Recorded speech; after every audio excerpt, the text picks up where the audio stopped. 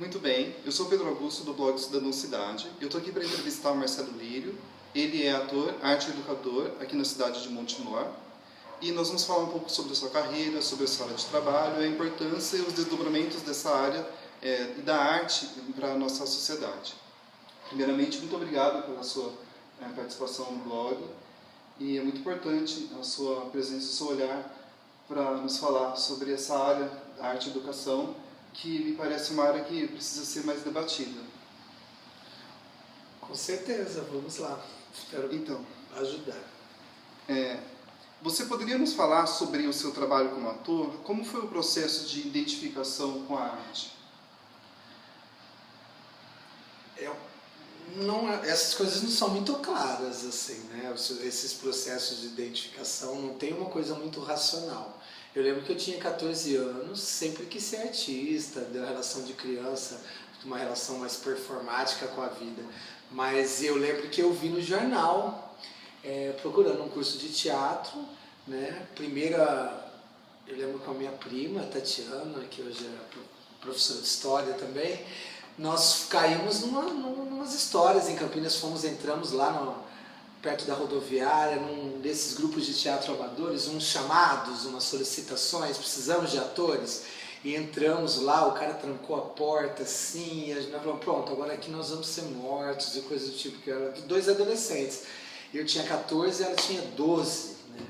E a gente já nessa busca, então era uma energia de ir atrás, até que eu identifiquei lá onde é toda a minha cultura de formação, com o núcleo de artes cênicas do SESI. E aí lá foi onde formou todo o meu perfil, onde eu conheci todo o que é teatro, o que é o teatro sagrado mesmo, que você faz por precisar e por identificação. E começou assim, mas a identificação é uma coisa muito subjetiva que nem eu sei direito, é um chamado, um vírus, não é uma opção. Porque mesmo que se fosse uma opção, ninguém teria. Por quê? Porque você não pode ser um superstar, né? Não que tenha essa necessidade de abranger e de poder ter o microfone que você precisa, o palco que você precisa, ou poder trabalhar o tempo que você precisa, ou falar do que você precisa. Mas como é um chamado, você consegue fazer isso de outra forma. Depois de um tempo, depois que você tira toda aquela rebeldia da adolescência, que não é nem rebeldia, que é, digamos, uma inexperiência, não que a maturidade traga muita experiência, não é isso que eu estou dizendo, mas depois, quando você vai maturando, você vai conseguindo mudar o seu objetivo e conseguindo se sentir um superstar no que você está fazendo, mas não de uma maneira inserida no mercado econômico da arte.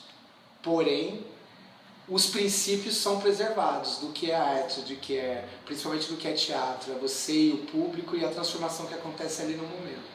Isso começa a te bastar, né? Claro, se você tem outra profissão também te subsidia, né? Porque não vamos ser polianas e que ator é uma carreira promissora, né? Porque não é financeiramente.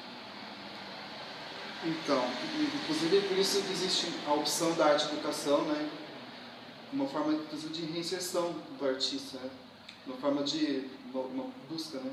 Exatamente. O meu percurso foi muito isso. Trabalhei como ator muito tempo fazendo o que eu gostava, o que eu amava, o que eu queria dizer para o público e sem ganhar um centavo, porém ganhando muita vida, muito conhecimento, muita experiência, muita sabedoria, só que a vida começa a cobrar e aí você começa a não ter como se transportar, como se locomover, como se alimentar quase. E aí você vai buscando outra coisa. Aí eu fui para o caminho da educação. E no caminho da educação, depois agora me possibilitou uma volta à arte como princípio mais puramente e entendendo que essas fronteiras também são muito tênues, arte e educação. Que agora eu estou relendo os livros do Augusto Boal, do Teatro do Oprimido, e parece que eu nunca os li, Porque toda a experiência que eu tive nessa arte educação me deu uma luz que quando eu era só ator, né? Os atores, né? Porque a gente tem uma coisa meio assim, né? De se sentir meio especial, né? Eu não enxergava. E agora a arte e a educação me possibilitou, então eu não estou enxergando mais essas fronteiras. O que é arte, o que é arte e educação? Para mim é tudo uma coisa só muda o objetivo. Como você acha que o teatro influencia na sua vida? De forma totalmente avassaladora. Assim, eu não consigo imaginar como é que seria sem a relação com o teatro. Por isso que o teatro uma vocação, talvez, porque fala-se, tem aqueles clichês, né, de que teatro é 1% de talento e 99% de trabalho, né? Que às vezes você tem muito talento, mas não tem a vocação para aquilo. E eu acho que é isso, é uma contaminação, é um vírus, é uma peste. É uma peste que te infesta. Só que é uma peste que te infesta e não que te adoece, ela te infesta. E o que você acha que essa infestação assim, traz assim, como pessoa, assim, por quem você é hoje? Uma grande... Traz, ela te resgata mesmo, te traz um objetivo, porque até por um tempo atrás passei muito por essas crises. Se não fosse o teatro, ter opiniões muito céticas do mundo, eu estaria, sei lá, que alcoolizado no momento, talvez, ou com outros princípios. Então o teatro te traz um objetivo, te dá significado ao mundo. Eu acho que hoje em dia o ser humano não tem significado nas coisas que ele faz as coisas por fazer. Por isso que às vezes as profissões são muito rentáveis, mas as relações são muito banais. Por que você é isso? Porque meu pai foi, etc. Ou porque eu fui levado. Eu acho que te traz um objetivo, te traz você pertencer a algo. Vejo mais ou menos assim. Você tem formação em educação física na PUC. Como essa área e o teatro podem se complementar? De forma muito pontual, porque na verdade sempre o teatro que eu sempre fiz foi sempre um teatro físico. E na verdade eu fui para a educação física, mas por um acidente do destino. Eu diria que a educação física sim, foi um acidente do destino. O teatro não, o teatro foi um chamado. Agora, a educação física, eu precisava fazer uma faculdade, né? Aquela coisa, fiz faculdade pelo ProUni e foi aqui, o ramo alguma linha acadêmica que eu imaginei que poderia se fazer um link, que era através da preparação física do ator, criar as bases do ator para ele conseguir passar pelos processos, esses vários processos pós-modernos que acontecem agora de criação da linguagem teatral, em maioria são muito físicos. E não que você precisa ser um atleta, não é nada disso, né? Para você ser um ator, você não precisa ser um atleta, não tem uma coisa que tem nada a ver com a outra. Mas para o tipo de processo que eu gostaria de passar, que era através de uma formação, de um treinamento a partir de danças populares muito puxadas fisicamente, e precisava de bases fisiológicas muito pontuais, então eu quis estudar isso, estudar fisiologia, corpo humano, semiótica do movimento, estudar essas áreas adjacentes, interdisciplinares, para poder você chegar em construir coisas que pudessem possibilitar você responder melhor aos processos de criação artística.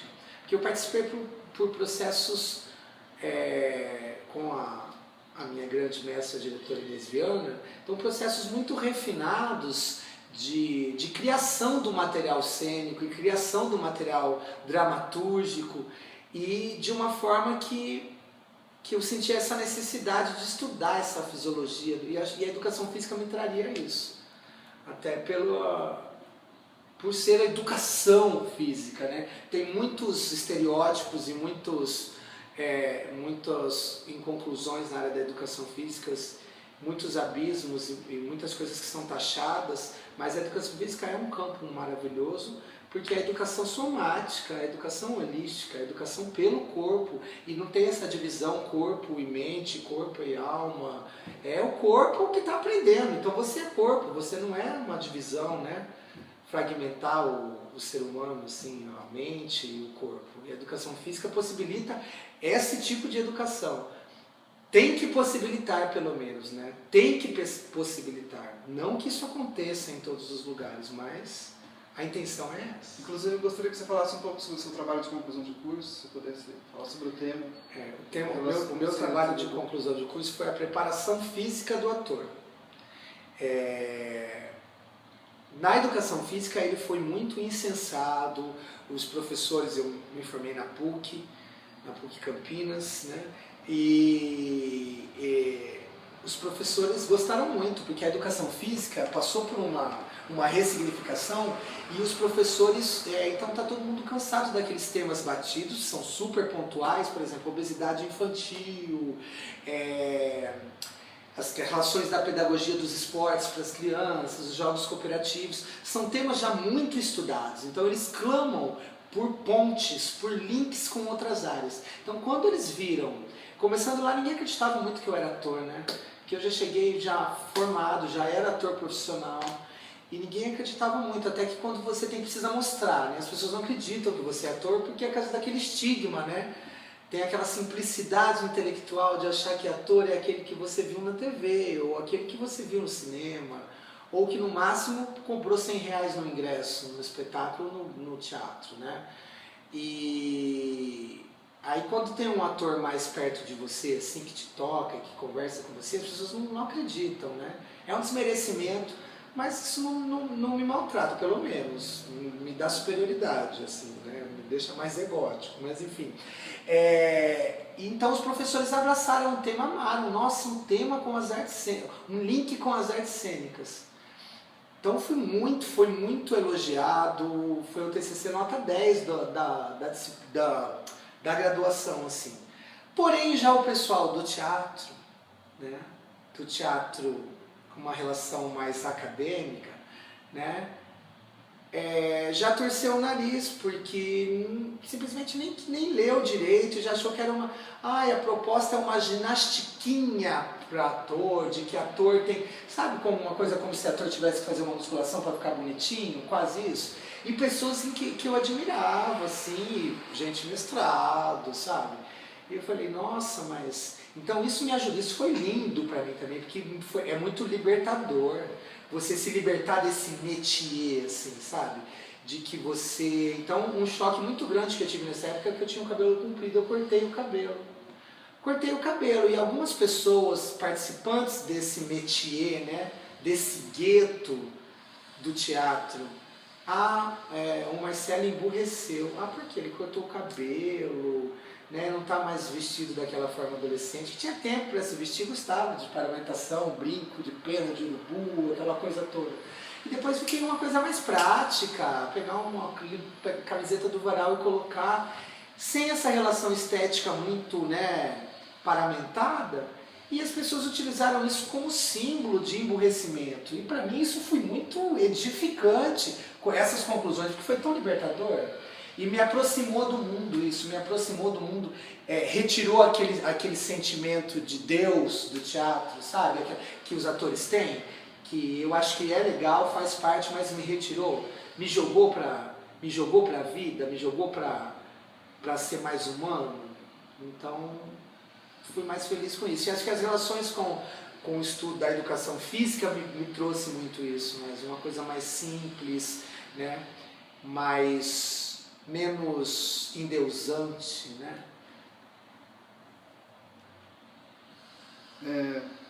Como é o trabalho que você desenvolve na ONG Novo Dia em Montemor? O que você poderia nos falar sobre o trabalho que é desenvolvido na ONG? Então, o trabalho da ONG é o que no momento me dá mais prazer, assim, me dá mais felicidade. É uma coisa que foi iniciada há 13 anos de uma maneira muito peculiar com uma outra pessoa que trabalhava comigo também, um parceiro de trabalho, Jesus Dourado. Ele recebeu um convite, né, e me convidou também no mesmo dia.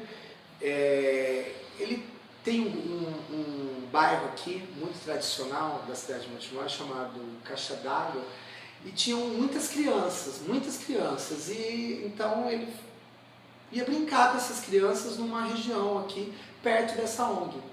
E uma pessoa maravilhosa aqui de Montemor, que Montemor perdeu inclusive, que era museóloga, trabalhava aqui, chamava-se Zilda, ela viu isso, e com esse pessoal que criou a ONG, com o restante da diretoria, nos fizeram um convite, e nós iniciamos o trabalho lá, nessa antiga fábrica de macarrão, a primeira indústria de Montemor, um prédio histórico, muito interessante aqui da cidade. Nós iniciamos esse trabalho, inicialmente, de arte, educação, e com criança, e com 50 pessoas, e de uma maneira muito aberta, sem muita metodologia específica, e até com muita intuição. E os anos se passaram, e a cidade foi mudando, e o público da ONG foi mudando, e a entidade foi crescendo. Hoje em dia o quadro é totalmente outro. Hoje em dia eu tenho pessoas que procuram o teatro para ser ator, tenho pessoas que procuram o teatro para ter os benefícios que o teatro te produz na interação com o ser humano, ou seja, para acabar com a timidez, ou para fazer amizades, para pertencer a um grupo. E tem pessoas que procuram porque não sabem por que procuram, e tem pessoas que procuram porque veem aquilo, aquela felicidade daquelas pessoas. Eu quero ter um pouco disso. E para mim não importa por que ela está procurando. Ali todo mundo comunga da mesma coisa, do mesmo objetivo. Então hoje o quadro é muito diferente. Até me ressignificou, todo esse trabalho que eu faço na ONG ressignificou todo o meu percurso de vida. Eu vinha de uma frustração muito grande em virtude dessas desilusões com o mundo artístico, com a cena teatral e com os mecanismos de um país subdesenvolvido que massacra as pessoas em relação à arte, e com as renúncias que você tem que fazer. Porque eu não quero ser uma arte, eu não quero passar por privações para fazer arte, não tenho essa pretensão de ser uma arte. Então tudo isso me provocava uma frustração muito grande de você estar indo trabalhar, né? De você ir abandonando a sua arte. E esse trabalho com a ONG ressignificou isso dessa maneira. Agora eu consigo entender que essa arte que eu estou fazendo agora, essa linguagem, me é muito mais poderosa pelos objetivos que a gente tem alcançado. Então eu tenho um grupo com 35 alunos, eu tenho um aluno que está comigo há 10 anos, e que chegaram com 14, 15 anos, que ele ficava embaixo da mesa da sala e não falava. Então a aula inteira ele embaixo da mesa, até que ele saiu da mesa. Hoje ele está em cima do palco. E está em cima do palco, mas de uma maneira atuante, e infestados pela peste do teatro. Assim, de passar pelas mesmas crises que eu passei. Olha, você tem que arrumar um emprego, o pai te coelhando, eu não vou te dar dinheiro para você tomar um ônibus para ir. Mas aí eu vou a pé. Aí eu te proíbo de ir no teatro. Mas aí eu minto, e com coisas que eu passei, né? Aquela luta ainda de ter aquela coisa do teatro, esses preconceitos com o teatro e essas seguranças que os pais têm de querer que o filho esteja numa medicina, por exemplo, né? Quem quer que o filho seja ator? Quer que você seja jogador de futebol, que seja ator, mas que dá Globo, né? Então eles passam por isso agora. Só que quando os pais vão assistir o espetáculo, quando a cidade vai assistir o espetáculo, a arte é tão poderosa que modificou tudo isso. Então aqui na cidade eu me sinto um orgulho muito grande de ter conseguido infestar o teatro. Então tem uma adesão incrível. Eu tenho 35 alunos, a maioria são homens, Tenho 25 meninos, mais umas 15 meninas, então são quebras de paradigmas, sabe? E tudo isso me fez reconhecer o quanto que a arte é poderosa e me trouxe de volta para a arte, com um sentido edificante. Então é toda uma ressignificação de olhar de vida. Tudo isso me possibilitado pelo trabalho com esses jovens da ONG Novo Dia. E o resultado é muito satisfatório. A gente tem conseguido, a gente faz uma temporada para o ano aqui, a gente lota o teatro todos os dias. E uma cidade do interior que não tem um teatro, é um anfiteatro, nunca teve cultura de teatro. Então a arte é a bola da vez, até da educação, porque eu tenho um trabalho paralelo com a educação, né? Faço trabalho com formação continuada de professores aqui na Secretaria de Educação da cidade, e estou formando professores para trabalhar com a arte, com a dança, com as artes cênicas nas escolas. E tem sido muito satisfatório e muito positivo. É o instrumento da vez.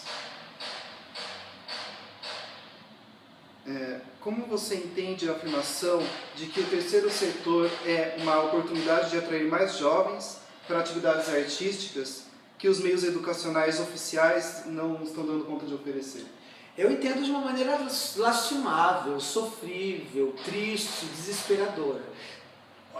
Eu trabalho nos dois setores, inclusive, no setor formal da educação e no setor informal. No caso, no terceiro setor, que é uma ONG, uma organização não governamental, mas também trabalho na Secretaria de Educação do município.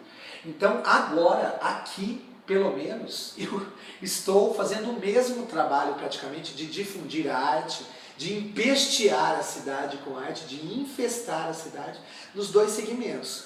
Mas, realmente, o trabalho de inserção da arte na escola é muito difícil. Tanto é que eu estou dando curso de formação com essa arte. A utilização das linguagens, a ementa do curso é a utilização das linguagens artísticas e corporais na realização das ações pedagógicas. Ou seja, formando os professores para produzir projetos, sequências didáticas, planos de trabalho que insiram as linguagens artísticas. Eu entendo que as pessoas carecem de formação profissional para trabalhar com isso. Mas, primeiramente, é difícil você falar de arte para um professor que nunca fez teatro. Ou para uma pessoa que tem uma relação que vai só ao cinema comercial de entretenimento. Eu também vou assistir ao Homem-Aranha. Fui o primeiro Homem-Aranha. Agora eu só vou ao Homem-Aranha 2, ao 3, ao 4, ao 5, ao 6 e só tenho essa relação. E carece muito, eu me sinto muito angustiado na educação, muito numa ilha. Apesar de ter pessoas maravilhosas, mas a porcentagem é inferior. Então, eu não quero falar de porcentagens para não parecer rotulante, mas tem uma galera muito desesperadora aí na educação. Mas, por outro lado, tem um pessoal muito legal que está utilizando a arte, a cultura popular, as linguagens artísticas. Estamos conseguindo mostrar para essa outra galera. Então, os professores vêm falar: nossa, Marcelo, como que você consegue fazer isso com 70 pessoas? Eu falei: pois eu também não sei. Ah, não, eu sei sim, é por causa da arte. A arte é maravilhosa. Nós estamos num tipo de vida, de mundo, de situação do mundo, que é a arte, que é o expressar o sentimento, o pós-modernismo que se instalou aí, a imagem, a velocidade, o videoclipe, o jovem é assim. Então, se você não... eu tive dificuldades de fazer um projeto de teatro em algumas escolas. Ah, não, mas teatro na escola? Eu falei: então, olha, por favor, se você acha que o teatro não tem que estar na escola, me desculpa, morre, né? Sei lá. Não eu tenho instintos assassinos assim, com essas ideologias. Só que isso está mudando. E o meu trabalho todo é de mudar isso. E é por isso que eu estou bem hoje em dia. Não estou mais numa posição muito punk, né? Isso me deixa mais social. Esse significado de vida me deixa mais social, menos adolescente, menos com vontade mais de me jogar aí nas coisas do mundo. Também faço, mas assim, agora eu tenho um significado de existência. E o que você observa da transformação que a arte pode proporcionar para as crianças e adolescentes? Eu acho que vai de encontro a tudo que eu já disse. A transformação é pontual. O menino entrou no primeiro dia de aula, ficava embaixo da mesa. Hoje em dia, ele é o ator mais antigo que eu tenho e ele mesmo, em depoimentos, ele relata que, primeiramente, eu acho que o teatro, ele possibilita uma coisa agora, o teatro dentro dessas entidades, sobretudo o meu grupo, ele possibilita uma coisa que o jovem não tem. Isso, e quando tem, é só dentro da igreja. Então tem grupo de jovens aonde? Dentro da igreja, com todas aquelas limitações e que uma doutrina, que uma religião impõe. Né? Seja qual ela for, uma religião tem uma disciplina e uma doutrina. Agora no teatro não. Então eles pertencem àquele grupo. Eles pertencem àquele grupo, aí eles saem juntos, eles vivem juntos, eles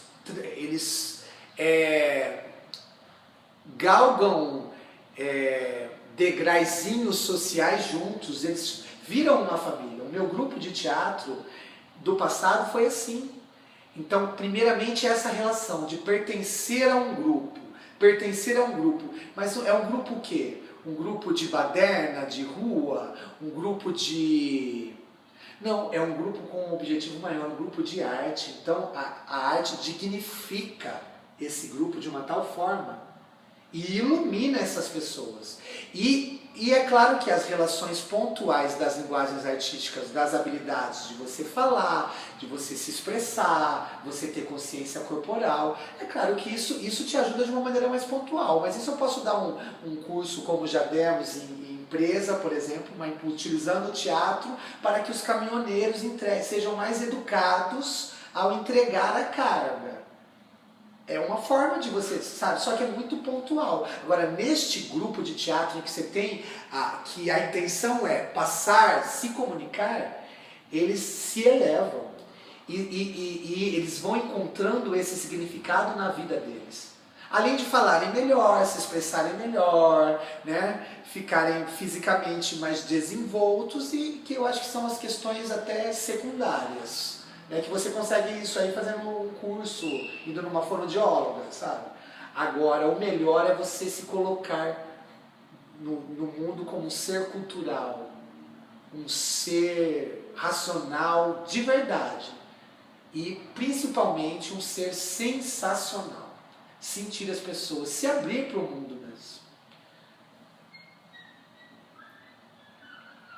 Você acha que existem barreiras quanto à aceitação da importância da educação informal e das artes como parte integrante de atividades educativas? Olha, barreiras, é claro que existem barreiras para tudo no nosso país, em países subdesenvolvidos. Primeiramente existe a barreira financeira, que é a principal. Existem barreiras. Aí você consegue trabalhar no improviso. Isso me irrita muito, né? Mas você consegue, por exemplo, fala-se muito no improviso na educação, né? O giz e a lousa, e o professor, mudará o mundo. Acho isso uma falácia, tá? Pode ser. Agora, pega uma faca de pão enferrujada, pede para o médico abrir uma barriga. Sabe, a relação é essa. Então, com a educação, é essa visão que a gente sabe, né? Eu não preciso entrar nesse mérito de que, sabe, porque a coisa está tão desesperadora, com essas PEC do inferno, esse ministro horroroso, esse governo lastimável, que não dá vontade nem de falar, aquele outro lá que não se deve nem falar o nome, que vai ser candidato, aí essa coisa desesperadora. Então, tudo isso imprime na educação e a arte ainda é pior que a educação. Porque a educação ainda existe a hipocrisia da moralidade, né? É necessária a educação. Agora a arte não, é saneamento básico, né? O que se corta primeiro? A crise? Para que arte? né? Aí depois cortou a educação.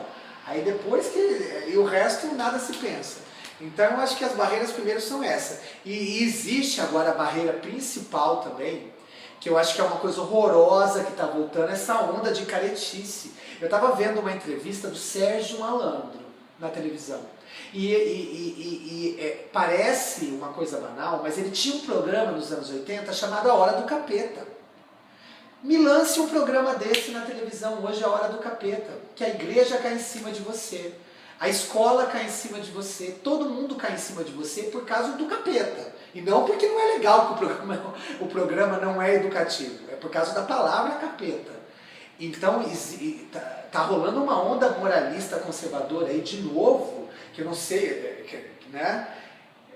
Que o personificador é esse personagem aí, né? Esse mito do inferno que cresce em rede social e que assombra até com, né? Olha o presidente dos Estados Unidos, olha o prefeito de São Paulo, olha o prefeito do Rio de Janeiro. Então essa coisa toda é muito significativa. Então acho que essa barreira moralista e conservadora de novo assombra o país.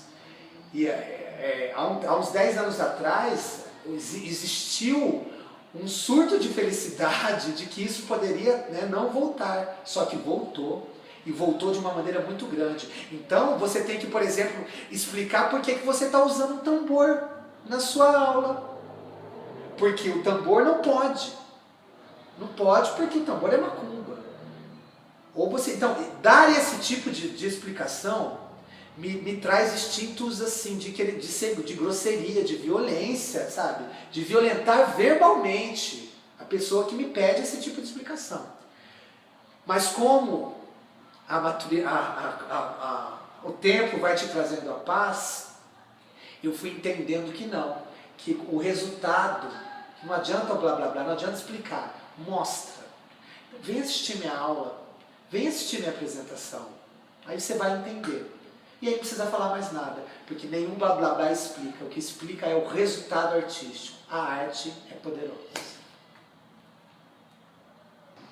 A cultura popular é uma referência importante no trabalho artístico que você desenvolve. Como você acha que a referência de cultura popular nacional pode influenciar na formação de cidadãos, através da arte e da educação?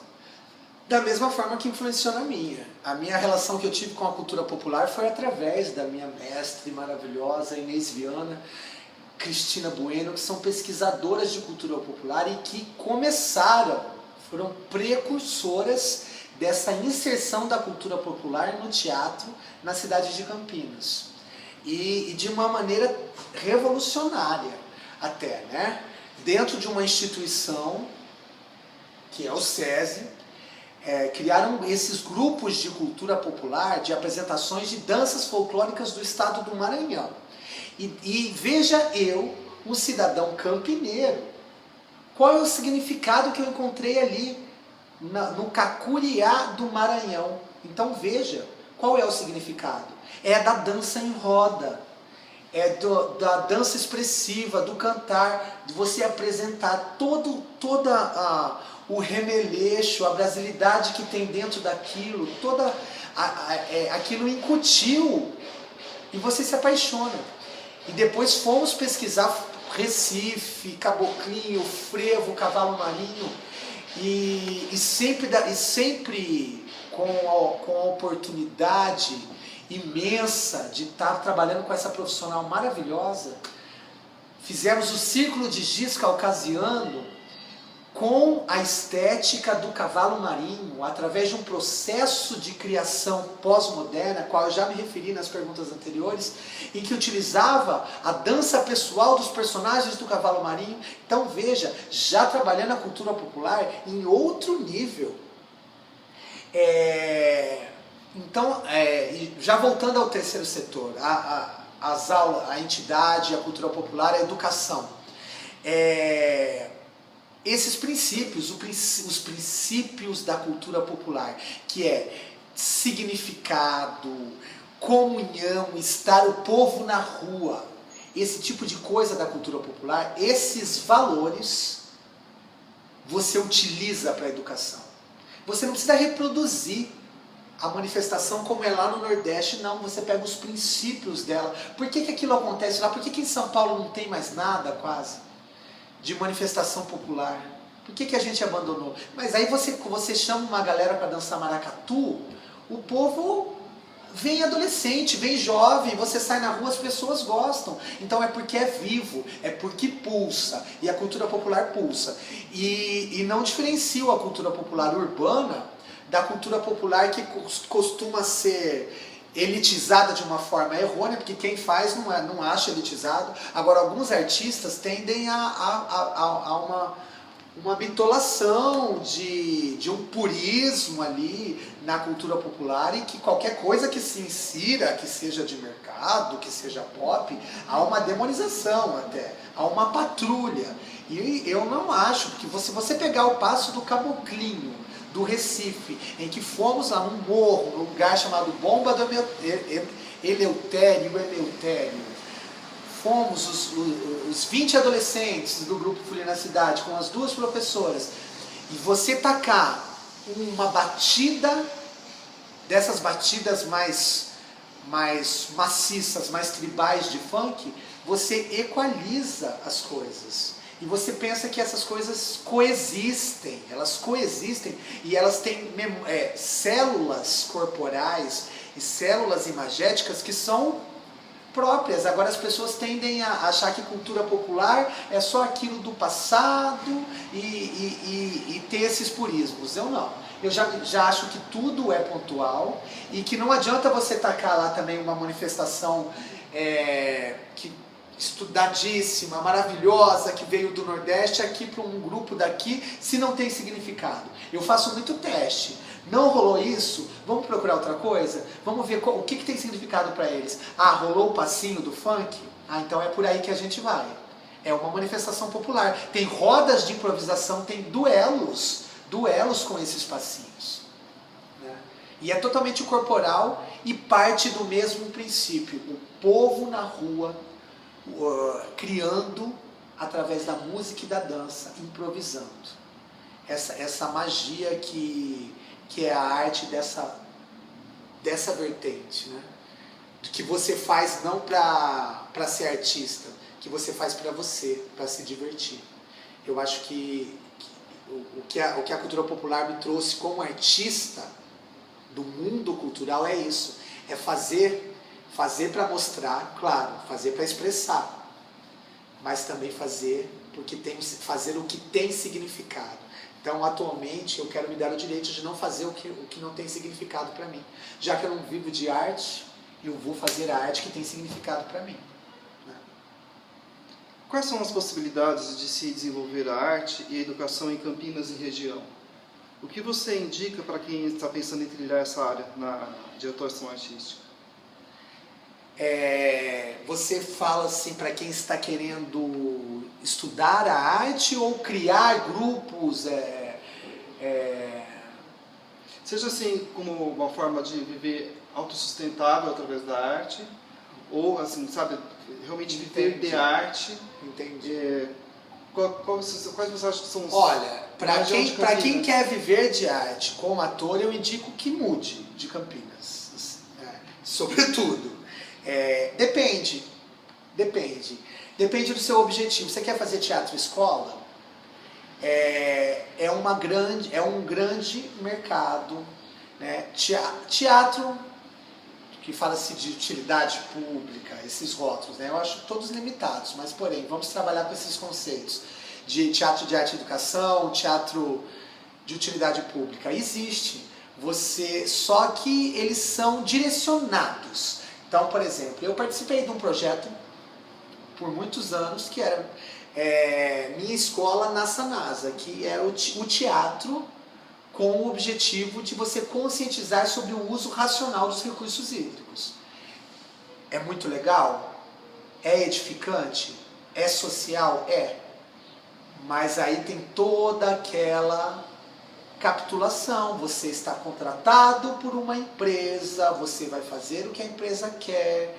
É diferente de, por exemplo, você ter um grupo de teatro autossustentável em que faz arte. Por exemplo, um teatro oficina, né? Que tudo bem, é um grupo consolidado há anos, né? Mas agora, para surgir uma outra oficina hoje em dia, em Campinas, por exemplo, ou até em São Paulo, é mais difícil. Não sei, sempre foi difícil. Na verdade, sempre foi difícil. Para teatro sempre é difícil. Então, uma indicação para quem quer viver também de arte, que acho que somente nessa conjuntura é um pouco difícil, mas também de arte é a realização a pedagogia dos projetos,